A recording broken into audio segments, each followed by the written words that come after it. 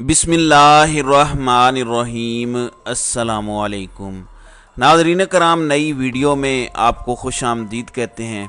आज इतवार यानी छुट्टी का दिन है। पाकिस्तान में आज छुट्टी है, लेकिन एक बात की छुट्टी पाकिस्तान में नहीं हो सकती, और वो क्या है? इमरान खान को रोकना हो, इमरान खान के खिलाफ कानून साजी करनी हो, इमरान खान को माइनस करना हो, इस पे छुट्टी नहीं हो सकती। फिर इस्लामाबाद में कल और परसों मकामी तातील है, लेकिन अभी तक की इतलाआत के मुताबिक इमरान खान के खिलाफ तोशा खाना केस चलेगा, वहां छुट्टी नहीं होगी। अब आते हैं इस पर कि आज इमरान खान को क्या बड़ी फतह नसीब हुई है और इमरान खान के खिलाफ क्या ग्रेटर प्लान था। बड़े शानदार अल्फाज में कानून साजी की आड़ में इमरान खान को रोका जा रहा था, लेकिन आज हुकूमत को, पीडीएम को अपने ही घर में फूट का सामना करना पड़ा है। आप इसको इमरान खान की अजीम फतह कह सकते हैं। आज छुट्टी का दिन है। छुट्टी के दिन के बावजूद आज सेनेट का इजलास बुलाया गया। सेनेट के इजलास में आज एक बिल हुकूमत की जानिब से इंट्रोड्यूस करवाया गया, जिसमें बताया गया कि इंतहा पसंदी के ज़ुमरे में जो आने वाली सियासी और नज़रियाती जमातें हैं, उनके सरबराहान और उनके रहनुमाओं पर सियासत में हिस्सा लेने पर पाबंदी लगाई जाए।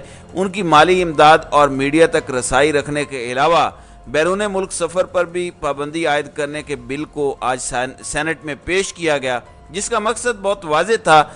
मकसद ये था कि पाकिस्तान तहरीक इंसाफ की मीडिया तक रसाई को बंद कर दिया जाए 9 मई के वाक़यात की आड़ में, और इमरान खान हो या पाकिस्तान तहरीक इंसाफ के जो दीगर लोग हैं, उनकी पाकिस्तान में मूवमेंट या नकलो हरकत पर पाबंदी लगा दी जाए। उसकी वजह 9 मई वाले वाक़यात बयान किए जाते हैं। तो इमरान खान इलेक्शन कैंपेन भी नहीं कर सकेंगे। इससे हट के इनके असासों की छानबीन भी की जाए, इनकी सरगर्मियों की मॉनिटरिंग की जाए, इनके पासपोर्ट ले लिए जाएं और इनके लाइसेंस मुंजमद कर दिए जाएं, इनके इलेक्शन लड़ने पर पाबंदी हो, कोई मालियाती इदारा या फर्द इनको फंडिंग ना कर सके। जब ये कहा जाएगा कि इससे तो आप इमरान खान को सिस्टम से आउट कर रहे हैं, तो ये कहा जाएगा कि नहीं, ये तो इंतहा पसंदी को रोकने का बिल है, इस पर कानून साजी हुई है। फिर सबसे दिलचस्प बात यह थी कि तहरीक इंसाफ के सेनेटर असम्बली में मौजूद थे। सादा लफ्ज़ों में कहा जाता है कि ये हम तो नहीं लगा रहे, तहरीक इंसाफ के सेनेटर ने भी इस बिल के हक में वोट किया है, इसलिए ये कानून है तो कानून पर अमल दरामद तो होना चाहिए। अब जब ये सारी बातें हो गई, हैरान कुन तौर पर पाकिस्तान तहरीक इंसाफ कुछ करती ना करती। सबसे पहले जमात इस्लामी के सेनेटर मुश्ताक अहमद ने इस बात की मुखालफत की। उनके मुताबिक इस बिल या एक्ट की इजाज़त नहीं दी जाएगी। फिर तहरीक इंसाफ को बुनियादी तौर पर रोकने का, इलेक्शन के हवाले से उन पर पाबंदी लगाने का यह बिल है। उनके मुताबिक किसी सियासी लीडर या सियासी जमात को रियासती जबर के जरिए माइनस करने की कोशिश गलत है। इससे आइंदा इलेक्शन में तमाम सियासी जमातों की लीडरशिप को मुकाबले के लिए यकसा मैदान मिलना और साफ शफाफ इंतखाबात का अमल भी मशकूक हो जाता है। तो सेनेटर मुश्ताक ने मुखालफत की। फिर हैरान कुन तौर पर हुकूमत के अपने सेनेटर इरफान सिद्दीकी ने कहा कि इस बिल का स्कोप बहुत वसी है, यह बिल अवाम के हुकूक पर कदगने लगाता है। अगर यह बिल बहस के बगैर मंजूर किया गया तो खदशा यह है कि आइंदा आने वाले दिनों में हमारे लिए एक शिकंजा होगा। हमें यह ज़हन में रखना चाहिए कि इस बिल की शकें हमारे आज़ादी पर कदगन हैं। उनके मुताबिक ये बिल आज हम पास तो कर रहे हैं, आइंदा ये बिल हमारे ही खिलाफ इस्तेमाल होगा। उसके बाद फजलुर रहमान की जमात से सेनेटर कामरान मुर्तज़ा ने भी इस बिल की मुखालफत की और कहा कि कल ये बिल हम सब के लिए मुसीबत बनेगा। मुझे नहीं मालूम मेरी पार्टी का क्या मौक़िफ़ है, लेकिन मैं इस बिल से बरात का इजहार करता हूँ। इस कानून के ज़रिए आप अपने हाथ खुद काट रहे हैं। कल ये बिल हम सब के लिए ताना होगा। अब जब उन्होंने इस पर इख्तलाफ किया तो ये एक बड़ी मौसर आवाज़ थी, ये बड़ी हैरान कुन बात थी। उसके बाद हुकूमती सेनेटर ताहिर बजिंजो ने कहा कि ये बिल जमहूरियत पर एक हमला है। मुझे तो जमहूरियत की मौत नज़र आ रही है, हम इसकी बिल की मुखालफत करते हैं। और जब सेनेटर इरफान सिद्दीकी, ताहिर बजिंजो, सेनेटर मुश्ताक, इन सब ने मुखालफत की तो उसके बाद अब बड़ा मुश्किल हो गया था इस बिल को आगे लेके चलना। फिर उसके बाद गफूर हैदरी जो फजलुर रहमान की जमात के हैं, उन्होंने कहा कि बदकिस्मती से हुकूमती इत्तेहादियों को ये नहीं पता कि उनके साथ कल क्या होने वाला है। चेयरमैन सेनेट से गिला है कि आज इजलास क्यों बुलाया, यानी छुट्टी थी, इतवार का दिन था, छुट्टी करते। उन्होंने कहा कि JUI फे اس بل کی مخالفت کرتی ہے، اگر بحث کرنا ہوا تو ہم واک آؤٹ کر دیں گے۔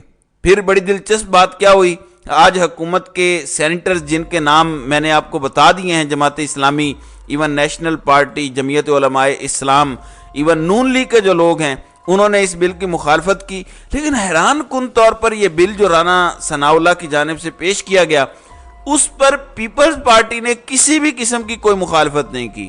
حالانکہ پاکستان پیپلز پارٹی یہ بتاتی ہے کہ وہ ملک کے اندر سب سے بڑی جماعت ہے۔ تو آج غفور حیدری، کامران مرتضیٰ، مشتاق احمد، طاہر بزنجو اور اس کے علاوہ دیگر سینئر رہنما، خاص طور پر ہمایوں محمد نے بھی ایک بڑی شاندار تقریر کی۔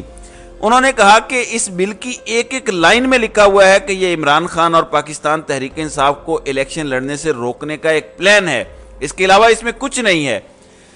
جس کے بعد اب ایک پریشر آیا صادق سنجرانی پر جو چیئرمین سینٹ ہیں، ان کے لیے اس بل کو کنٹینیو کرنا مشکل ہو گیا، کیونکہ حکومت کے اندر سے آوازیں اٹھ رہی ہیں کہ یہ بل جو آپ لے کے آ رہے ہیں، یہ بل ہمارا ہی گلا گھونٹے گا۔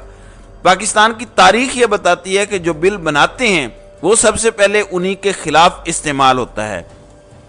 پھر صادق سنجرانی نے اس بل کو ڈراپ کرایا اور کہا کہ حکومت اس بل کو ڈراپ کرے یا نہ کرے، میں اس بل کو ڈراپ کرتا ہوں۔ تو آج حکومت کے اتحادیوں میں پھوٹ پڑی ہے اور حکومت کو اتوار کے دن بل قانون سازی کے محاذ پر سینٹ کے اندر ایک بڑی شکست کا سامنا کرنا پڑا ہے اور تحریک انصاف ایک بڑی مصیبت سے بچ گئی ہے۔ ادروائز بڑا سادہ اور آسان سا کام ہوتا کہ یہ تحریک انصاف پر اس بل کی آڑ میں اگلے الیکشن پر پابندی لگا دیتے، نہ عمران خان موو کر سکتے، نہ کوئی باقی چیزیں ہوتی۔ دوسری جانب میں نے آپ کو بتایا تھا کہ نگران وزیر اعظم کے لیے شاہد خاقان عباسی کا نام آیا ہے۔ ہمارے دوست ہیں، اینکر ہیں، صحافی ہیں، اسد اللہ خان، ان کا کلیم یہ ہے جو میرے پاس خبر آئی ہے کہ عباسی صاحب کا بھی نام آ رہا ہے، اور پھر عادل عباسی جو پہلے جیو نیوز سے منسلک تھے اب وہ جی این این کے ساتھ ہیں، تو انہوں نے بھی رات کو اشاروں کنایوں میں خبر دی۔ اب اسد اللہ خان کا دعویٰ یہ ہے کہ یہ نام اسٹیبلشمنٹ کی طرف سے آیا ہے نگران وزیر اعظم کے لیے، تو اس کا مطلب ہے کہ ری امیجننگ پاکستان والوں کو اتنی ذمہ داری دی جا رہی ہے، لیکن شاہد خاقان عباسی کے نام پر اتفاق ہو پائے گا، مسلم لیگ نون مان جائے گی، پیپلز پارٹی تو شاید ایک الگ معاملہ ہو۔ لیکن دلچسپ بات یہ ہے کہ کل شہباز شریف گئے ہوئے تھے متحدہ عرب امارات۔ اب جب ریاست کا سربراہ کسی سے تعزیت کر دے تو میرے خیال میں وہ معاملہ ختم ہو جانا چاہیے۔ لیکن ایک جانب یہ خبر ہے کہ آج چین کے نائب وزیر اعظم پاکستان تشریف لا رہے ہیں، لیکن حیران کن طور پر پاکستان کے وزیر خارجہ بلاول بھٹو زرداری متحدہ عرب امارات پہنچ گئے ہیں۔ ان کو بھی چھوڑ دیتے ہیں، جنرل عاصم منیر بھی متحدہ عرب امارات پہنچے ہیں، اور جو تصویر جاری ہوئی ہے اس کے مطابق انہوں نے متحدہ عرب امارات کے صدر شیخ محمد بن زید النہیان سے ان کے بھائی کی وفات کے حوالے سے تعزیت کی، اور باقاعدہ تصویر بھی جاری کی گئی ہے۔